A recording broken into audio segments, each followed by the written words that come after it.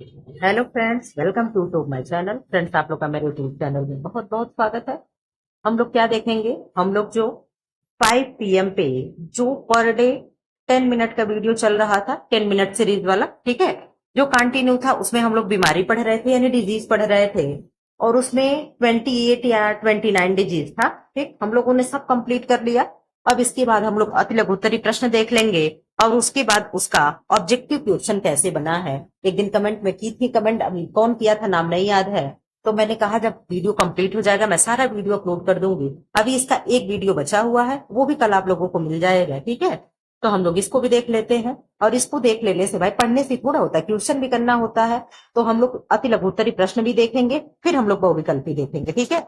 ये जान लिया आप लोग क्या पढ़ेंगे हम लोग। मैं उम्मीद करती हूँ आप लोग स्वस्थ होंगे, मस्त होंगे, पढ़ाई लिखाई में व्यस्त होंगे। कमेंट आया मैम पुराना ओटीआर चलेगा। ओटीआर पुराना ही होता है, ठीक है। जब भी हुआ हो एक बार, वन टाइम रजिस्ट्रेशन इसका फुल फॉर्म होता है। एक बार ओटीआर हो गया, वो फिर पुराना हो नया हो हमेशा चलता रहता है। जो भी जहां भी ओटीआर मांगेगा उस नंबर को आपको अपलोड करना होता है, ठीक है। तो आप लोगों को ओटीआर के लिए बहुत परेशान होने की जरूरत नहीं। नहीं ओटीपी आ रही, दूसरा नंबर चेंज कर दें, लेकिन ओटीआर करा जरूर लें, ठीक है।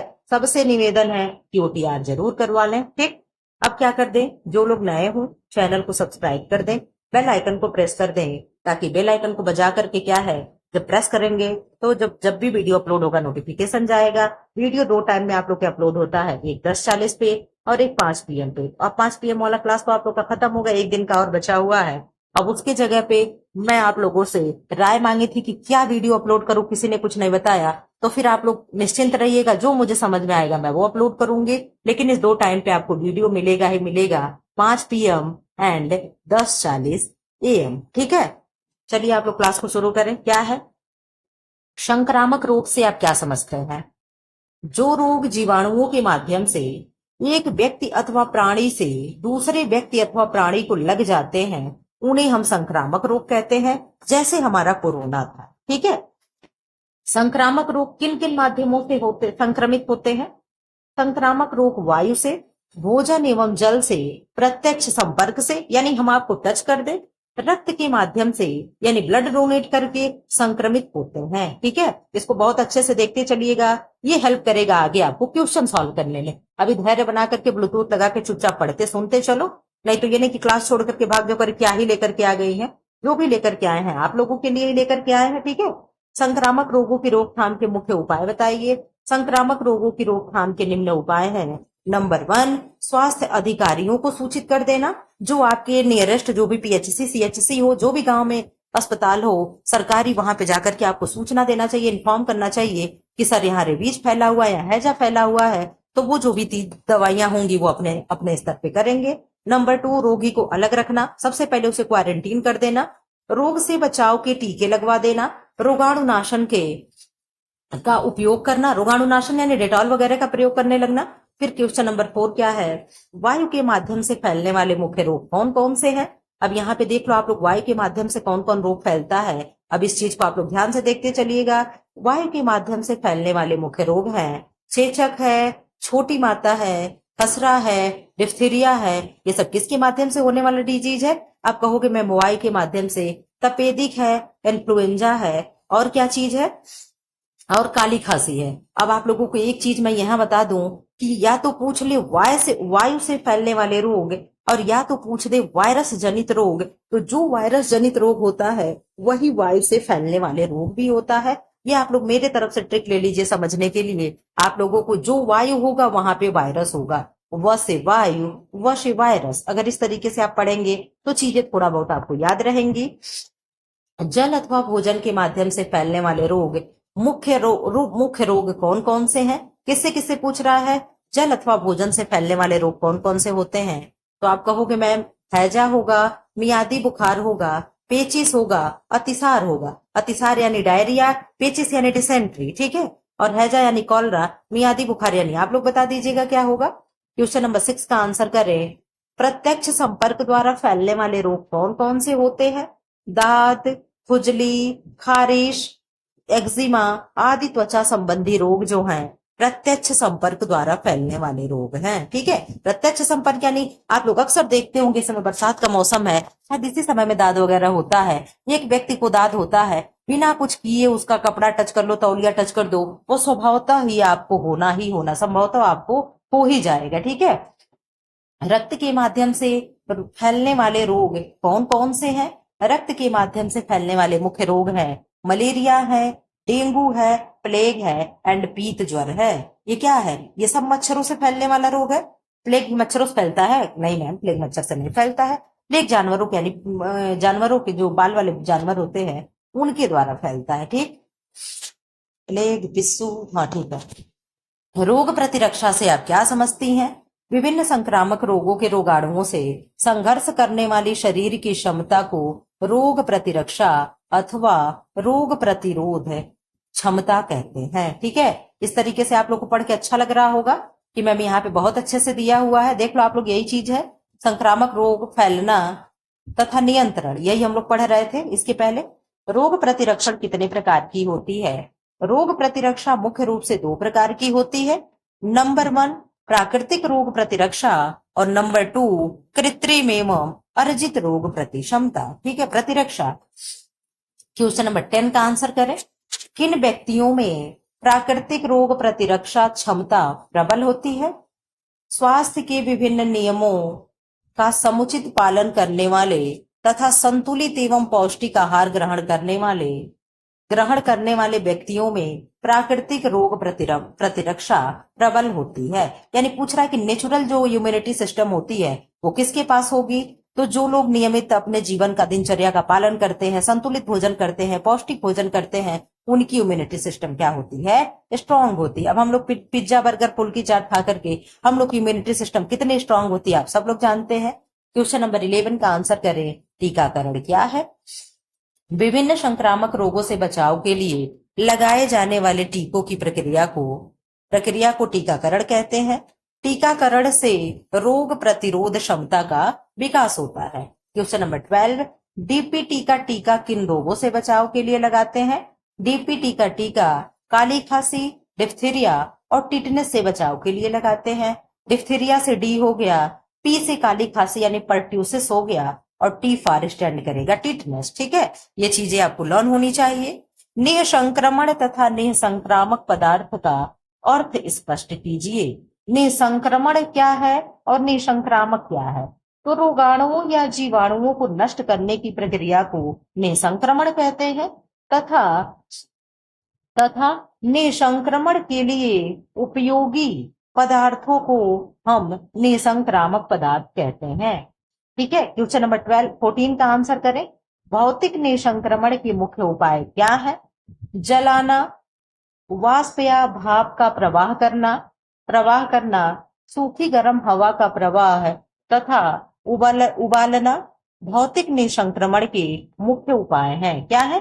भौतिक संक्रमण के मुख्य उपाय है। क्वेश्चन नंबर 15 प्राकृतिक निसंक्रामक कारक कौन कौन से हैं? शुद्ध वायु हो गया, सूर्य का प्रकाश हो गया, जल हो गया, अल्ट्रावायलेट किरणें हो गई। ये सब क्या हैं? मुख्य प्राकृतिक निसंक्रामक कारक होते हैं। ठीक है, कोई भी चीज होता है, हम लोग धूप दिखा देते हैं, उसमें फफूंद वगैरह लगी होती है, खत्म हो जाती है। हवा दिखा दो किसी चीज में तो वो भी चीजें, कपड़े वगैरह स्मेल कर रहे हैं, हवा दिखा दो सही हो जाएगा, धूप दिखा दो सही हो जाएगा। ये सब चीजें क्या है? ये प्राकृतिक होते यानी हमारे नेचर में होते हैं। ठीक है, मुख्य रासायनिक संक्रामक पदार्थ कौन कौन से हैं? फिनाइल है, कार्बोलिक एसिड, चूना, DDT, bleaching powder, formalin, chlorine आदि मुख्य रासायनिक संक्रामक पदार्थ है। क्वेश्चन नंबर 17 क्या है? चेचक फैलाने वाले विषाणु को क्या कहते हैं? चेचक फैलाने वाले विषाणु को बैरियोला वायरस कहते हैं। आप लोग को याद होगा कि चेतक पे चलोगी तो उसने कहा नहीं नहीं मुझे ओला से जाना है। ठीक है, आपको बहुत अच्छे से ट्रिक याद होगा। क्वेश्चन नंबर 18 का आंसर करें।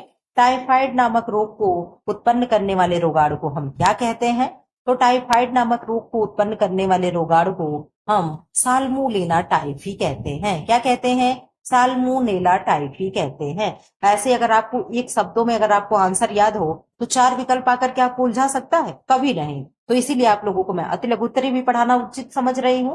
क्वेश्चन नंबर 19 का आंसर करें, क्या अति लघु उत्तरी मुझे पढ़ाना चाहिए? आप लोग मुझे बता सकते हैं। हैजा फैलाने वाले रोगाणु का नाम लिखिए। हैजा फैलाने वाले रोगाणु का नाम विब्रियो कॉलेरी होता है। हैजा को हम इंग्लिश में कॉलरा कहते हैं और उसी के नाम पे उसका नाम पड़ा है विब्रियो कॉलेरा। इस तरीके से करके आप याद कर सकते हैं। क्वेश्चन नंबर 20 का आंसर करें, अतिसार के रोगी को कैसा भोजन देना चाहिए? आप चाहे तो कमेंट बॉक्स में एक आंसर एक शब्दों में जवाब भी दे सकते हैं, ठीक है। जैसे मैंने बैक्टीरिया का नाम पूछा तो आप फटाक से उसका नाम भी लिख सकते हैं। अतिसार के रोगी को हल्का सुपाच्य तथा तरल आहार देना।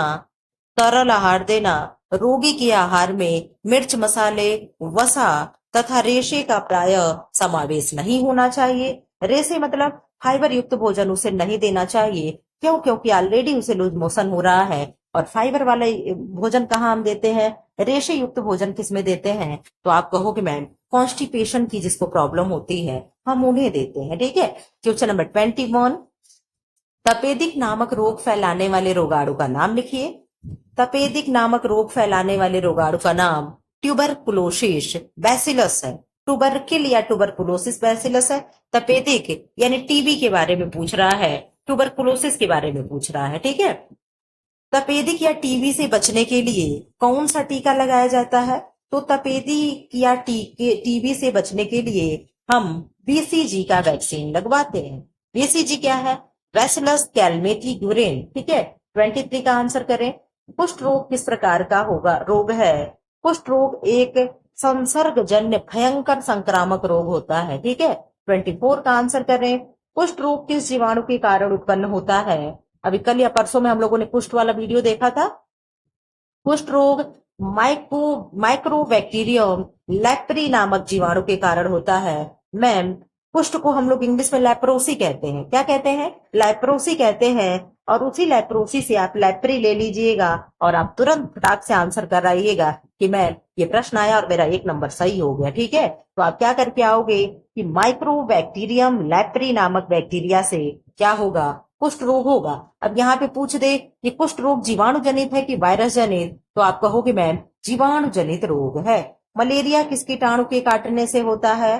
तो मलेरिया एक परजीवी कीटाणु जिसे प्लाज्मोडियम के कारण उत्पन्न होता है और यह कीटाणु किसके माध्यम से हमारे शरीर में फैलता है? तो आप कहोगे मैम यह कीटाणु जो है मच्छरों के माध्यम से हमारे शरीर में फैलता है, ठीक है।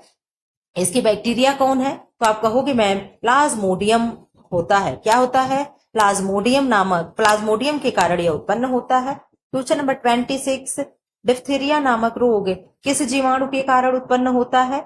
डिप्थीरिया नामक रोग माइक्रोबैक्टीरियम डिप्थीरी नामक जीवाणु के कारण होता है। सारी बीमारी को आप इंग्लिश का टर्म जरूर जानोगे।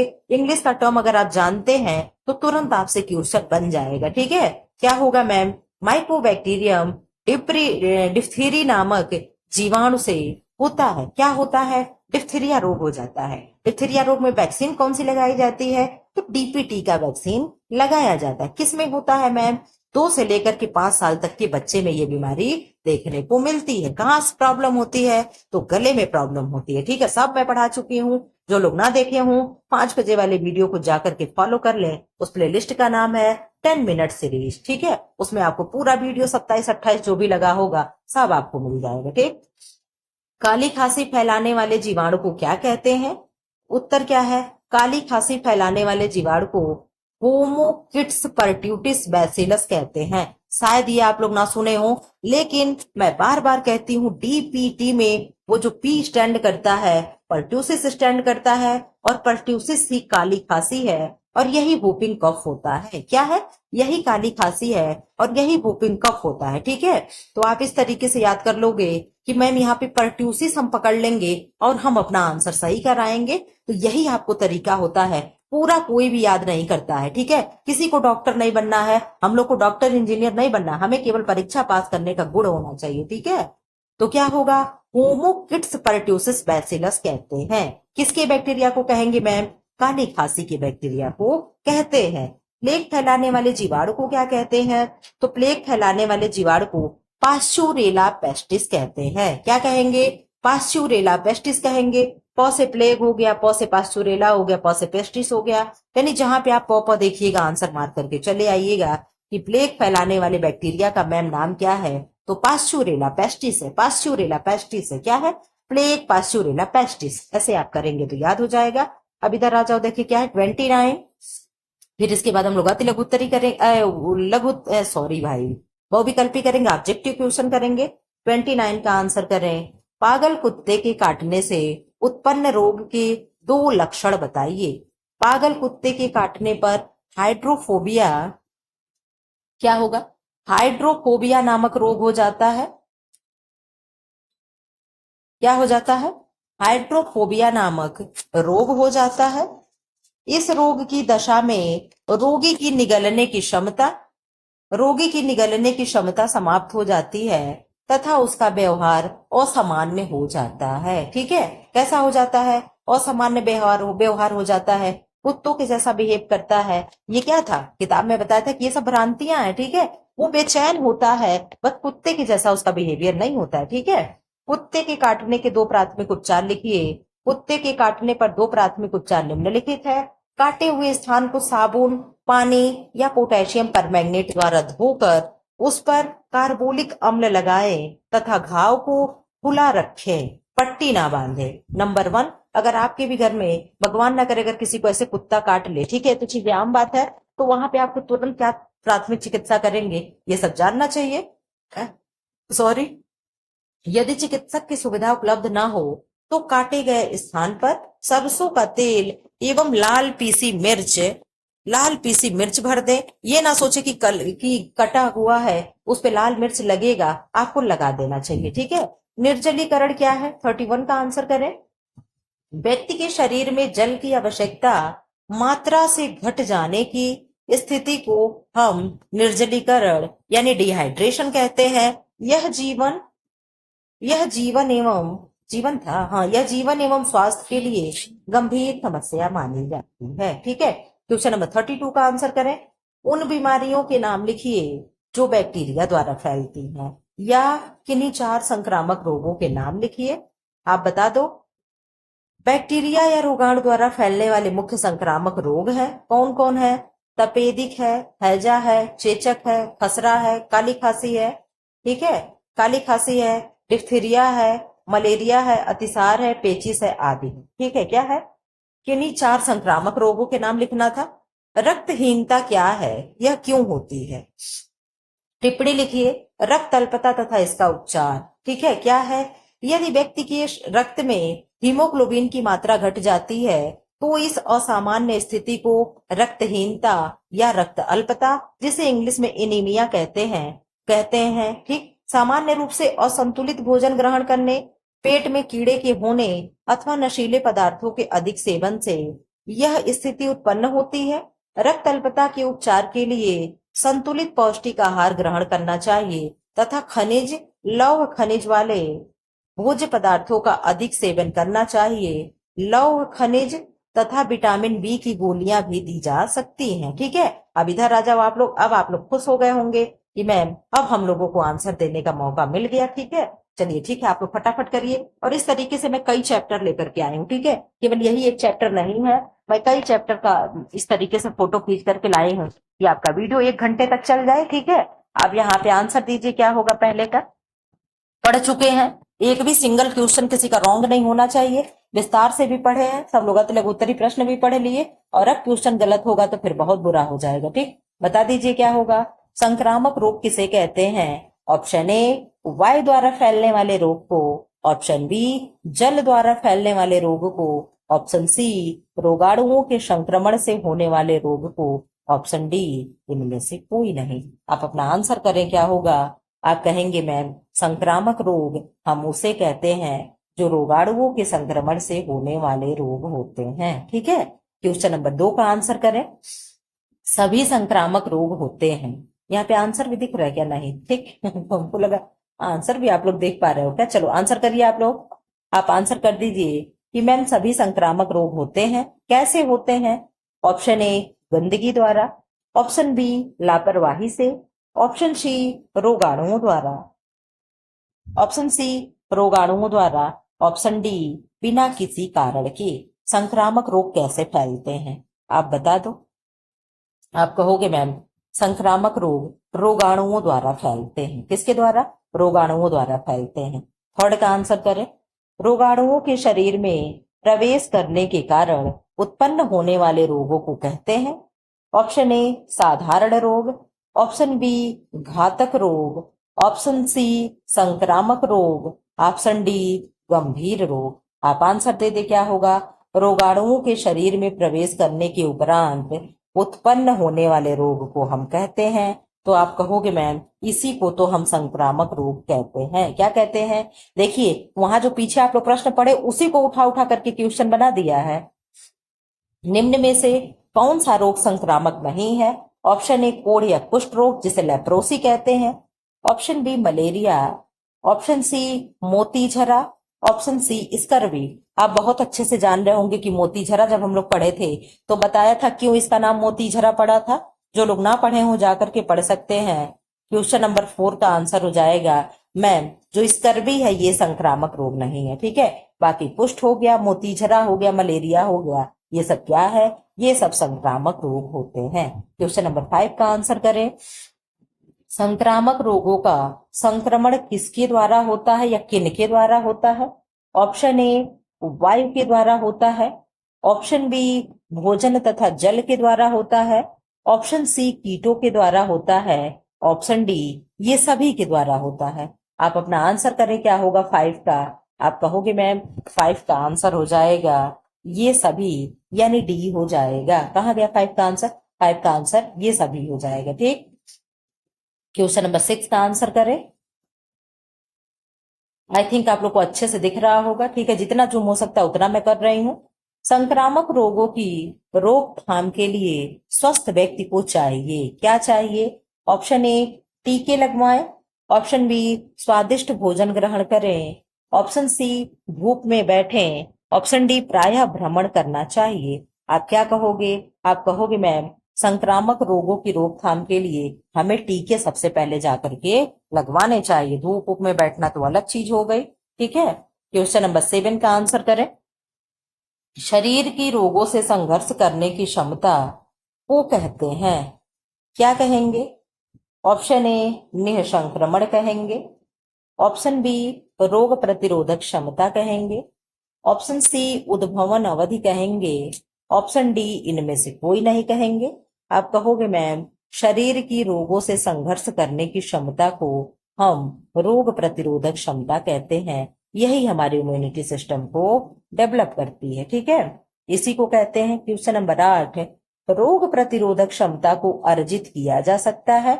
ऑप्शन ए व्यायाम करके, ऑप्शन बी धूप में बैठ करके, ऑप्शन सी रोगों से बचाव के टीके लगवाकर, ऑप्शन डी चाहे जैसे भी। तो आप कहोगे मैम रोग प्रतिरोधक क्षमता हम अर्जित कर सकते हैं रोगों से बचाव के टीके लगवा करके। जैसे कोरोना आया था उसका वैक्सीन लगवा करके सब लोग क्या हो जा रहे थे? निश्चिंत हो जा रहे थे कि अब हमें कोरोना नहीं होगा। है ये यही दो बार हो गया है क्या? 8 तक था ना? हाँ 8, अब यहाँ 9। ठीक, लेकिन नहीं भाई कुछ गड़बड़ चल रहा है क्या? हाँ इधर आ जाओ। ठीक, वही पेज डबल हो गया था। खैर कोई नहीं। क्या है क्वेश्चन नंबर 9 का आंसर करें। प्राकृतिक रोग प्रतिरक्षा प्रबल होती है। ऑप्शन ए भरपूर आहार ग्रहण करने से, ऑप्शन बी संतुलित आहार ग्रहण करने तथा स्वास्थ्य के नियमों के पालन से, ऑप्शन सी अधिक परिश्रम करने से, ऑप्शन डी समुचित मनोरंजन करने से। आप बता दें क्या होगा क्वेश्चन नंबर 9 का। आप कहोगे मैम 9 का इसमें से बेस्ट आंसर होगा कि संतुलित आहार ग्रहण करके एवं स्वास्थ्य के नियमों का पालन करने से रोग प्रतिरोधक क्षमता में वृद्धि होती है। ठीक है, ठोस निसंक्रामक है। ठोस निसंक्रामक क्या होगा? फिनाइल होगा, फिनाइल का ठोस होता है, फार्मेलिन होगा, डीडीटी होगा, चूना होगा। आप बहुत अच्छे से आंसर दे लोगे कि मैम जो चूना होता है यही ठोस होता है खड़िया के जैसे, बाकी तो ये सब लिक्विड होती हैं, पानी की तरह होता है। ठीक, क्वेश्चन नंबर 11 का आंसर करें। निम्न में से कौन सा पदार्थ रासायनिक निसंक्रामक नहीं है? ऑप्शन ए चूना है, ऑप्शन बी ब्लीचिंग पाउडर है, ऑप्शन सी पोटेशियम परमैंगनेट है, ऑप्शन डी जलाना है। कह रहा रासायनिक पदार्थ है, तो कल कोई बताया था कि मैम जो रासायनिक चीजें होती हैं वो गीली होती हैं और जो यांत्रिक चीजें होती हैं वो सूखी होती हैं। ठीक है, तो आप यहाँ पे रसायन से लगा लोगे कि रसायन वाली चीजें क्या होंगी, गीली होंगी, तो चूना भी गीला होगा। आप पहले अपना आंसर कर लें। आप कहेंगे मैम जलाने वाली चीजें गीला नहीं होगा, उनका भी ट्रिक बढ़िया ही था। ठीक है, शायद वो बताई थी, उनका क्या नाम है, उनका नाम ही नहीं मुझे याद आ रहा है। पता नहीं क्या उनका नाम है, इस समय मुझे उनका नाम नहीं याद आ रहा। ठीक है, याद आएगा तो बताएंगे आप लोगों को कि ये किसका ट्रिक है। दूषित जल से फैलने वाला रोग है, मलेरिया है, ऑप्शन बी तपेदिक है, ऑप्शन सी मोतीझरा है, ऑप्शन डी ये सभी है। आप बता दें 12 का क्या आंसर होगा। उनका पचौरी कोई कास्ट है, नाम नहीं मुझे इस समय याद आ रहा है, मैं उनका नाम लेना चाह रही थी, खैर कोई बात नहीं है। मोतीझरा क्या है, प्रदूषित जल से फैलने वाला रोग है। ठीक है, क्वेश्चन नंबर 13 का आंसर करें। मक्खियों द्वारा कौन सा रोग फैलता है। ऑप्शन ए चेचक होगा, ऑप्शन बी हैजा, option C typhoid, option D malaria. आप कहोगे मैम मक्खियों द्वारा फैलने वाला रोग हो जाएगा हैजा। टाइफाइड दूषित जल से होता है, मलेरिया मच्छर से होता है, चेचक वायु द्वारा फैलने वाला रोग होता है। 14 का आंसर करें। रोग के जीवाणु शरीर में प्रवेश करने तथा रोग के लक्षण प्रकट होने के मध्य के काल को हम कहते हैं। ऑप्शन ए संक्रमण कहेंगे, ऑप्शन बी उद्भवन अवधि या संप्राप्ति काल कहेंगे, जिसे एक्यूबेशन पीरियड भी कहते हैं, ऑप्शन सी गंभीर काल कहेंगे, ऑप्शन डी देखभाल का काल कहेंगे। आप बता दें 14 का क्या आंसर होगा। आप कहेंगे मैम 14 का आंसर हो जाएगा उद्भवन अवधि या संप्राप्ति काल, जिसे इंग्लिश में एक्यूबेशन पीरियड कहते हैं। 15 का आंसर करें। डिप्थीरिया नामक रोग में होने वाले विकार हैं। ऑप्शन ए लार ग्रंथियों में स्वेलिंग होती है, ऑप्शन बी चेहरे पर लाल दाने निकल आते हैं, ऑप्शन सी गले में झिल्ली बन जाता है, ऑप्शन डी टॉन्सिल में वृद्धि हो जाना। लार ग्रंथियों में स्वेलिंग किसमें होगी, तो ग्वाइटर में होगी। चेहरे पे लाल दाने कई बीमारियों में निकलते हैं। आप बता दो 15 का क्या आंसर होगा। आप कहोगे मैम गले में झिल्ली का बन जाना, जबान पे यानी टंग पे जीभ पे व्हाइट व्हाइट इस तरीके से बर्ड्स निकल आना, ये सब क्या होते हैं, डिप्थीरिया के लक्षण होते हैं। किसके होते हैं मैम, तो छोटे बच्चों में होते हैं। क्वेश्चन नंबर 16 का आंसर करें। मलेरिया रोग फैलता है, ऑप्शन ए चूहे द्वारा, ऑप्शन बी मच्छर द्वारा, ऑप्शन सी मक्खी द्वारा, ऑप्शन डी तिलचट्टा द्वारा। आप बहुत क्लियर आंसर इसका दिख रहा है आप लोगों को कि मैम मलेरिया मच्छर द्वारा फैलने वाला डिजीज होता है। क्वेश्चन नंबर 17 का आंसर करें। किस जीवाणुओं द्वारा क्षय रोग फैलता है। ऑप्शन ए टूलेक्स द्वारा, बहुत अच्छे से आंसर दीजिएगा, ऑप्शन बी बैसिलस द्वारा, ऑप्शन सी वायरस द्वारा, ऑप्शन डी अमीबा द्वारा। 17 का आंसर करें। आप कहेंगे मैम बैसिलस के द्वारा क्या होता है, क्षय रोग यानी टीबी होता है। ठीक है, क्वेश्चन नंबर 18 का आंसर करें। सामान्य व्यक्ति के शरीर का तापक्रम होता है, फॉरेनहाइट में जानना चाह रहा है। Option A 100 degree Fahrenheit, option B 98.4 degree Fahrenheit, option C 815 degree Fahrenheit, option D 17.8 degree Fahrenheit. आप कहोगे मैम यहाँ पे 98.4 डिग्री फ़ारेनहाइट आंसर हो जाएगा। सेल्सियस में 37 डिग्री सेल्सियस आंसर हो जाएगा। और यहाँ पे 98.6 डिग्री अगर हो, ये ना हो, तो आप इसको भी सही करके आ जाएंगे। ठीक है, क्वेश्चन नंबर 19। पागल कुत्ते के काटने से कौन सा रोग होता है। ऑप्शन ए मलेरिया होगा, ऑप्शन बी रेबीज होगा, ऑप्शन सी फाइलेरिया होगा, ऑप्शन डी प्लेग होगा। आप कहोगे मैम 19 का आंसर होगा पागल कुत्ते के काटने से रेबीज होता है, और यही रेबीज क्या फैलाता है, हाइड्रोफोबिया नामक बीमारी फैलाता है। देखो यहाँ पे आ गया, रेबीज रोग का कौन सा लक्षण होता है?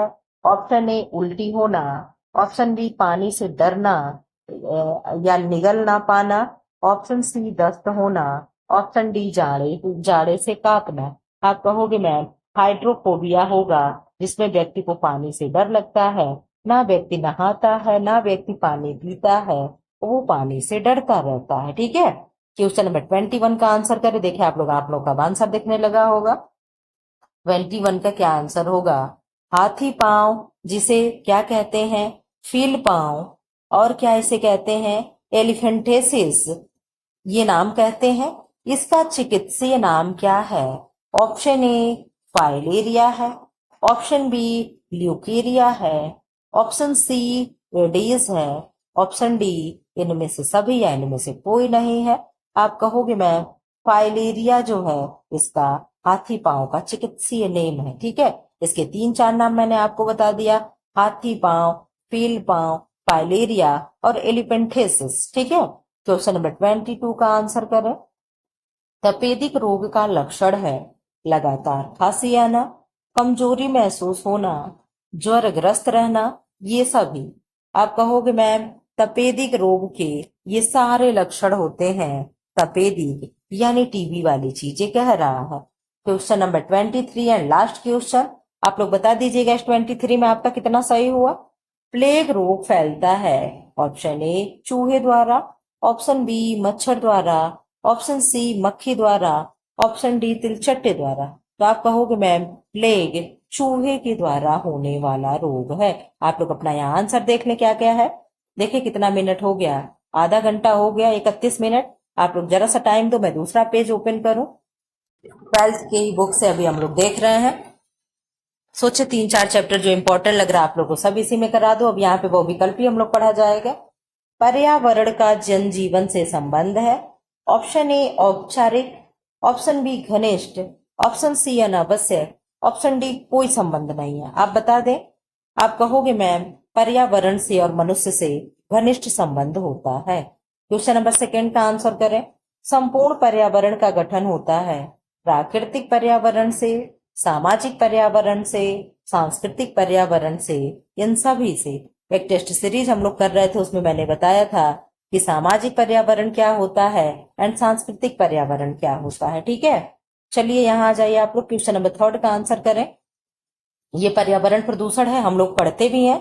क्वेश्चन नंबर 3 का आंसर करें। वर्तमान नगरीय जीवन की मुख्य समस्या है, ऑप्शन ए महंगाई की समस्या, ऑप्शन बी प्रदूषण की समस्या, ऑप्शन सी भिक्षावृत्ति की समस्या, ऑप्शन डी गरीबी की समस्या। आपको ऑप्शन बहुत क्लियर दिख रहा होगा कि मैम प्रदूषण की समस्या आंसर हो जाएगा। ठीक है, क्वेश्चन नंबर 4 का आंसर करें।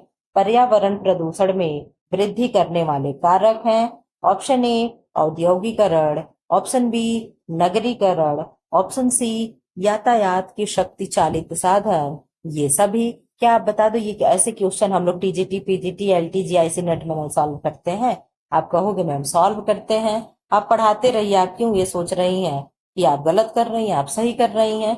तो इसमें से हो जाएगा ये सभी जो है क्या है, पर्यावरण प्रदूषण में वृद्धि करने वाले फैक्टर होते हैं। क्वेश्चन नंबर 5 का आंसर करें। कारखानों की चिमनियों के धुएं से प्रदूषण होता है, ऑप्शन ए वायु प्रदूषण होगा, ऑप्शन बी ध्वनि प्रदूषण होगा, ऑप्शन सी मृदा प्रदूषण होगा, ऑप्शन डी जल प्रदूषण होगा। आप कहोगे मैम प्रदूषण को हम किस में मापते हैं? तो डेसिबल में मापते हैं। किस में मापते हैं? डेसिबल में। डेसिबल को हम इस तरीके से लिखते हैं। ठीक है, डीबी में नापते हैं। आप बता दो इसमें क्या होगा। आप कहोगे मैम 5 का वायु प्रदूषण ही होगा। ठीक है, धुआं जा रहा है तो धुआं हवा में ही जाएगा। ठीक है, जल प्रदूषण का मुख्य स्रोत क्या है? सीवर का पानी है, ऑप्शन ए, ऑप्शन बी वायुमंडलीय अपद्रव्य है। ठीक है, नंबर सी वर्षा का जल है, ऑप्शन डी कुएं का पानी है। जल प्रदूषण का मुख्य स्रोत पूछ रहा, तो क्या वर्षा का जल और कुएं का पानी जल को प्रदूषित करता है? आप कहोगे नहीं मैम, ऐसा तो नहीं होगा, ये जो सीवर का पानी है ये जल प्रदूषण का मुख्य स्रोत होता है। लोग अपने अपने घरों में से पानी निकाल दे रहे हैं, तो वो पानी नदी में जा रहा, तालाब में जा रहा, कहाँ जा रहा है इससे मतलब नहीं है। ध्वनि प्रदूषण के कारण है option A loud speaker, option B वाहनों के horn, option C siren, option D ये सभी। आप बता दें कि ध्वनि प्रदूषण के कारण है, तो आप कहोगे मैम ये सभी कारण हैं। क्या है? ये सभी कारण है। पर्यावरण प्रदूषण का प्रभाव पड़ता है, किस पे पड़ता है? आज का आंसर आप करिएगा कि पर्यावरण का प्रदूषण का प्रभाव पड़ता है। ऑप्शन ए जन स्वास्थ्य पर, ऑप्शन बी व्यक्तिगत कार्य क्षमता पर, ऑप्शन सी आर्थिक जीवन पर, ऑप्शन डी इन सभी पर। आप अपना आंसर करें आज तो क्या होगा?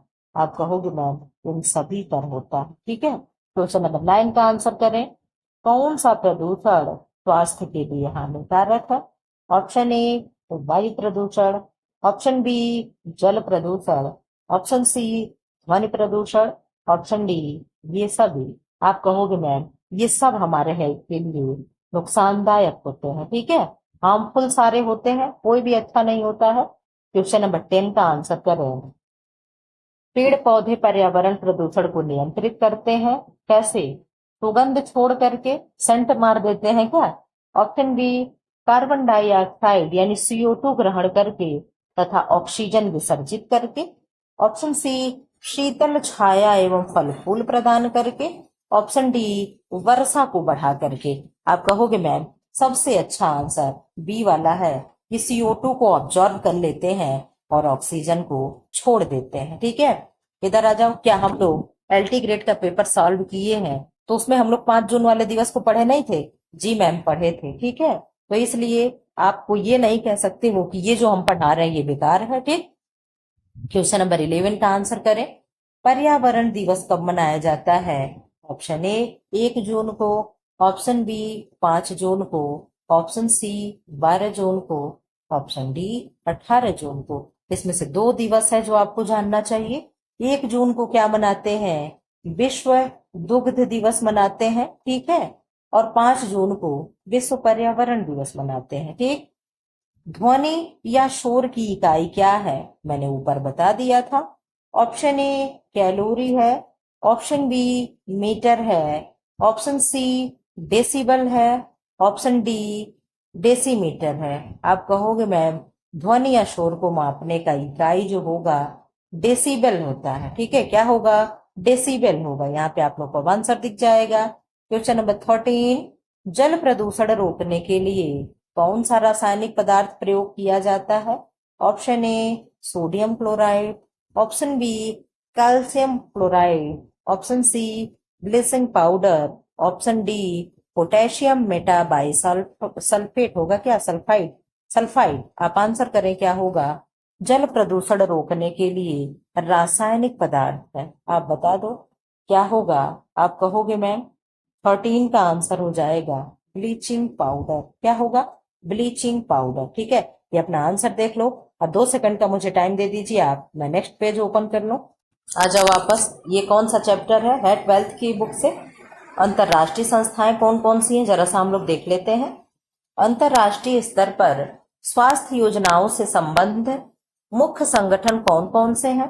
अंतरराष्ट्रीय स्तर कौन कौन से हैं? विश्व स्वास्थ्य संगठन है। ठीक है, क्या है? WHO है, यूनिसेफ है, कोलंबो योजना है, रॉक फेलो फाउंडेशन है, पोर्ट फाउंडेशन है, रेड क्रॉस सोसाइटी है। ये सब क्या है? अंतरराष्ट्रीय स्तर पे कार्य करने वाले, अंतरराष्ट्रीय स्तर पे वर्क करने वाली हेल्थ योजनाएं हैं। ठीक है, क्या है? हेल्थ संस्थाएं हैं। कौन कौन सी मतलब योजनाओं को संगठन, ये संगठन सारे हैं अंतरराष्ट्रीय संगठन है, ये सब स्वास्थ्य के लिए योजनाएं बनाती रहती है। ठीक है, WHO का पूर्ण रूप क्या है? वर्ल्ड हेल्थ ऑर्गेनाइजेशन है। विश्व स्वास्थ्य संगठन का मुख्यालय कार्यालय कहाँ है? जिनेवा में है। यूनिसेफ के विषय में आप क्या जानती हैं? ये माताओं और शिशुओं के कल्याण के लिए कार्य करता है। ठीक है, अब यहाँ पे आप लोग ये देखो वो विकल्प, स्वास्थ्य शिक्षा से क्या आशय है?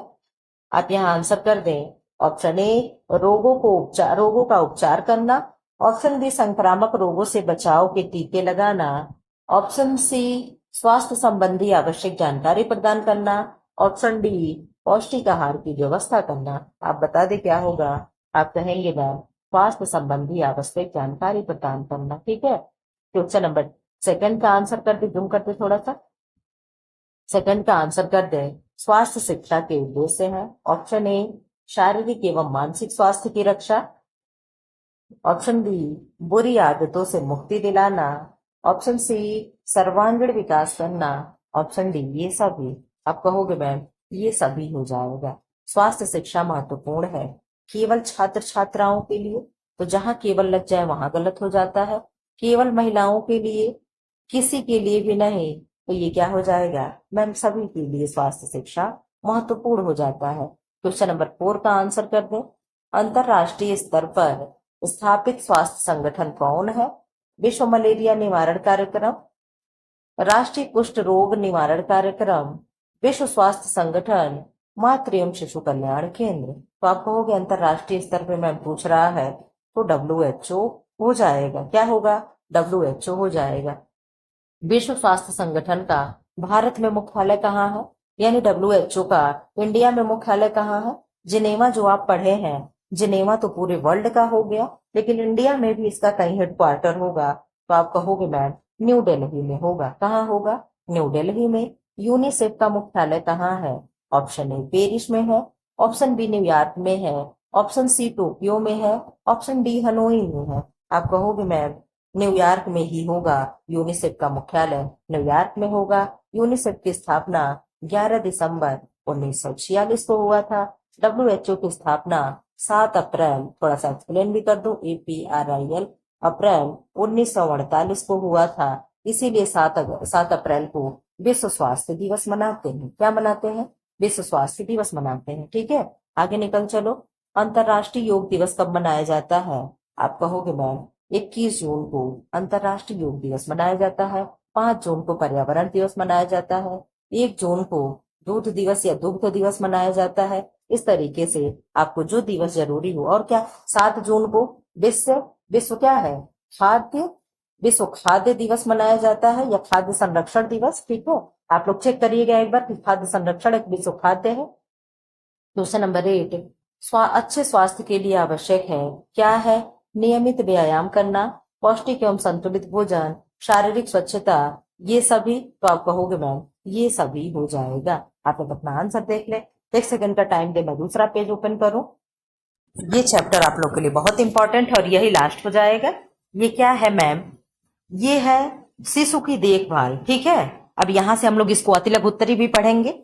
स्तनपान छुड़ाने से आप क्या समझती हैं। बच्चे को माता के दूध से अलग करना ही स्तनपान कहलाता है, या स्तनत्याज्य कहलाता है, त्याज्य कहलाता है। ठीक है, शिशु का स्तनपान छुड़ाने का प्रयास कब से प्रारंभ करना चाहिए। तो सामान्य रूप से 6 माह से 9 माह के आयु काल में शिशु का स्तनपान छुड़ाने का प्रयत्न हमें आरंभ कर देना चाहिए। ठीक है, क्वेश्चन नंबर 3 का क्या है, किस आयु में शिशु को दूध के साथ अर्ध ठोस यानी पूरक आहार देना आवश्यक हो, आरंभ करना चाहिए। सामान्य रूप से 6 माह की आयु में शिशु को दूध के साथ अर्ध ठोस या पूरक आहार देना आरंभ करना चाहिए। ठीक है, क्वेश्चन कैसे लग रहे हैं आपको, अच्छे लग रहे हैं कि नहीं लग रहे हैं। संपूरक आहार क्या है, शिशु को दूध के अतिरिक्त दिए जाने वाले आहार को संपूरक आहार कहते हैं। इससे शिशु की पोषण संबंधी आवश्यकता की पूर्ति होती है। ठीक है, सामान्य रूप से जन्म के समय शिशु का वजन तथा लंबाई क्या होती है, या नवजात शिशु का सामान्य भार क्या होना चाहिए। जन्म के समय शिशु का सामान्य वजन 3 से 4 किग्रा यानी केजी होता है, तथा उसकी लंबाई 40 से 50 सेंटीमीटर होती है। ठीक है, इस तरीके से आपको पढ़ना है। शिशु को नियमित उत्सर्जन की आदत डालना क्यों आवश्यक है। नियमित उत्सर्जन यानी ताकि वो पोटी आए तो बताए कि मुझे पोटी आई है, सुसु आए तो बताए कि मुझे सुसु आई है। ये नहीं कि कपड़ा गंदा कर दे और बिस्तर गंदा कर दे। ठीक है, शिशु के कपड़े गंदे होने से बचाने के लिए, शौच को नियमित करने के लिए तथा पाचन तंत्र को नियमित करने के लिए नियमित उत्सर्जन की आदत डालना आवश्यक है। ठीक है, क्वेश्चन नंबर 7, शैशवावस्था में पाचन तंत्र से संबंधित कौन कौन से रोग हो जाते हैं। शैशवावस्था में होने वाले शैशवावस्था में होने वाले पाचक पाचन तंत्र संबंधी, एक सेकंड आप लोग दे दो, चलिए आप पढ़ते रहिए। संबंधी क्या है, कहाँ गए हम लोग। संबंधी मुख्य रोग हैं, क्या क्या है। दस्त है, कब्ज है, पेट दर्द है, दूध हजम ना होना, पेट फूल जाना तथा चुनचुने लगना, ये सब क्या है। ये सब शैशवावस्था में पाचन तंत्र से संबंधित रोग हैं। मानव जीवन में दांत कितनी बार निकलते हैं तथा उन्हें क्या कहते हैं। मानव जीवन में दांत 2 बार निकलते हैं तथा उन्हें क्रमशः स्थायी एवं अस्थायी दांत कहते हैं। ठीक है, अस्थायी दांतों की संख्या कितनी होती है, आप कहोगे मैम 32 होती है और अस्थायी दांतों की संख्या 20 होती है। ठीक है। शिशु के वस्त्र किस प्रकार के होने चाहिए, तो शिशु के वस्त्र नर्म सूती कपड़े के ढीले ढीले बने होने चाहिए। निर्जलीकरण से आप क्या समझते हैं या क्या आशय है। शरीर में जल की आवश्यक मात्रा घट जाना ही निर्जलीकरण या डिहाइड्रेशन कहलाता है। बच्चों में निर्जलीकरण का क्या कारण होता है, तो बच्चों में प्राय उल्टी दस्त होने के कारण निर्जलीकरण हो जाता है। ठीक है। शिशु की को विभिन्न टीके क्यों लगवाए जाते हैं। विभिन्न संक्रामक रोगों से बचाव के लिए शिशुओं को विभिन्न टीके लगवाए जाते हैं। शारीरिक विकास और मानसिक विकास में क्या अंतर है। शारीरिक विकास के अंतर्गत शरीर, इसको छोड़ देते हैं। ठीक, बच्चों के शारीरिक विकास से आप क्या ये भी छोड़ देते हैं। डीपीटी का टीका यहाँ से पढ़िए। डीपीटी का टीका किन रोगों से बचाव के लिए लगाते हैं, तो डिप्थीरिया हो गया, काली खांसी हो गया और टिटनेस हो गया। जन्म के उपरांत शिशु को मुख्य रूप से कौन से टीके लगाते हैं, आप जानते हो। क्या लगाएंगे, 6 रोग का टीका लगेगा, चेचक लगेगा, पोलियो, डीपीटी के टीके लगवाए जाते हैं, यानी पहले बीसीजी ही लगेगा। देश में पोलियो के उन्मूलन के लिए भारत सरकार द्वारा कौन सी योजना चलाई जा रही है, या पल्स पोलियो अभियान का क्या आशय है, तो देश से पोलियो के उन्मूलन के लिए भारत सरकार द्वारा पल्स पोलियो नामक योजना चलाई जा रही है। किस तत्व की कमी से रिकेट्स या सूखा रोग होता है, तो विटामिन डी के कमी से रिकेट्स या सूखा रोग होता है। लौह तत्व की कमी से क्या होता है, तो लौह तत्व की कमी से रक्तअल्पता या एनीमिया होती है।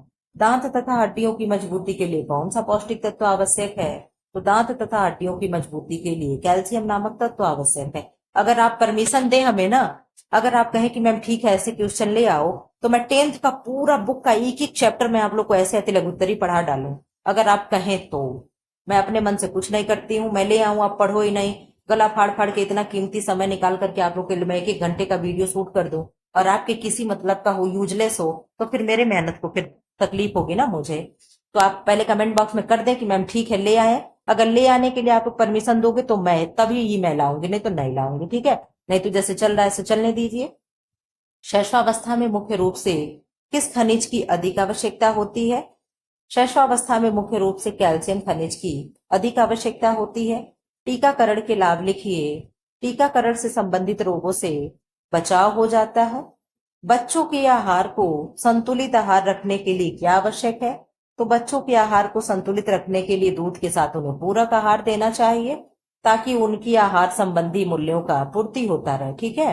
शिशु के पाचन कैसे खराब होंगे, तो कब्ज हो जाएगा, पेट में दर्द हो जाएंगे, हम लोग देख लिए हैं। अब यहाँ आंसर करो वो विकल्प है। शिशु को संपूरक आहार किस आयु में प्रारंभ कर देनी चाहिए। अभी आप पढ़े हो कि 1 वर्ष, 6 माह, 1 माह, 5 वर्ष, तो आप कहोगे मैम 6 माह में।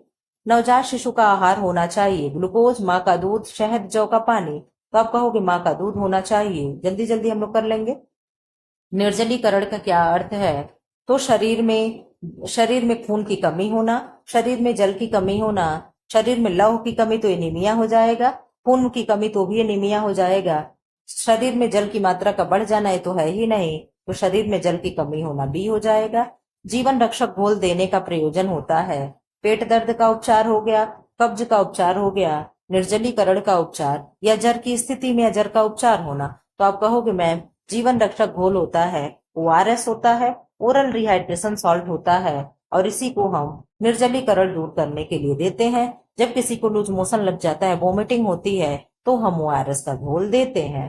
टीकाकरण के द्वारा क्या होगा, ऑप्शन ए, एक प्रकार का ऑपरेशन किया जाता है। ऑप्शन बी, बीमारियों की रोकथाम होती है। ऑप्शन सी, बीमारी होने पर इलाज होता है। ऑप्शन डी, रक्त परीक्षण किया जाता है। 5 का आप आंसर कर दें, क्या होगा? आप कहेंगे मैम टीकाकरण से बीमारियों की रोकथाम होती है। क्या होती है?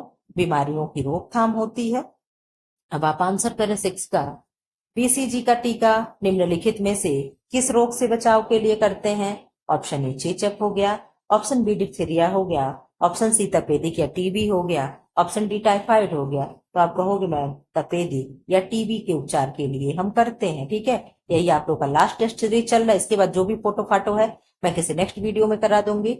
डीपीटी का टीका किन रोगों की रोकथाम के लिए लगाया जाता है?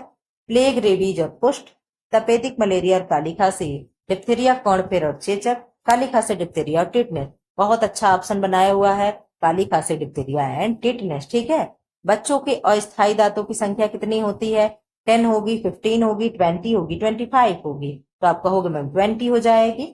नवजात शिशु दिन भर में कितना सोएगा? ऑप्शन ए, 10 to 12 घंटे, और 14 to 16 हावर्स, और 23 हावर्स, और 18 to 20 हावर्स, यानी घंटे। आप बता दें कितना देर तक सोएगा नवजात बच्चा, यानी छोटा बच्चा होगा, छोटा बेबी होगा आपके घर में, आप देखते होंगे वो सब बहुत देर तक सोते हैं। ठीक है, तो 8 का आंसर क्या हो जाएगा आपका? 8 नहीं, 9 का। आप कहोगे मैम 9 का आंसर आपका हो जाएगा कि छोटा बच्चा 18 से 20 घंटा वो सोता रहता है। कितने घंटे? 18 से 20 घंटा सोता रहता है। बच्चे के कैल्शियम की कमी के क्या लक्षण होंगे? बच्चा हकलाने लगेगा, तुतलाने लगेगा, हड्डी संबंधी विकार हो जाएंगी, रतौंधी हो जाएगी। आप कहोगे मैम रतौंधी तो ए से होगी। तो कैल्शियम, तो जहां कैल्शियम वहां हड्डी होगी, जहां विटामिन डी वहां हड्डी होगी। ठीक है, तो आप इधर आ जाओ। क्वेश्चन नंबर 11, शिशु के अच्छे स्वास्थ्य के लिए आवश्यक है उचित पोषण, स्वच्छ वातावरण, उचित चिकित्सा। ये सभी तो क्या हो जाएगा? ये सभी। 12 का आंसर करें। इधर आ जाओ, यही लास्ट है आप लोगों का। ठीक है, 12, उचित समय पर टीकाकरण क्या मतलब होगा? बालक की रोग प्रतिरोधक क्षमता को कम करेगा, कम कभी नहीं करेगा। बाल मृत्यु को कम करेगा, बच्चों की जान का खतरा, अच्छा मतलब उचित समय पे, सॉरी सॉरी सॉरी, उचित समय पे अगर टीकाकरण हम करते हैं तो क्या क्या होगा? क्या होगा? आप कहोगे मैम इसमें से 12 का आंसर हो जाएगा कि बाल मृत्यु दर को कम करेगा। ठीक है, हम सही समझ रहे थे। क्या करेगा? बाल मृत्यु दर को कम कर देगा। नवजात शिशु के कपड़े होने चाहिए ऊनी होने चाहिए, सूती मुलायम होने चाहिए, टेरीकॉट के होने चाहिए, सिल्की होने चाहिए। तो आप कहोगे मैम मुलायम एवं कॉटन होना चाहिए। 14 का आंसर करें। शिशु के दांत को स्वस्थ रखने के लिए किस पोषक तत्व की आवश्यकता होगी? लौह की। तो आप कहोगे मैम एनीमिया को दूर करने के लिए हो जाएगा। विटामिन की, प्रोटीन की, कैल्शियम की। तो दांत हो चाहे हड्डी हो, दोनों के लिए कौन आएगा? कैल्शियम ही आएगा। कौन आएगा?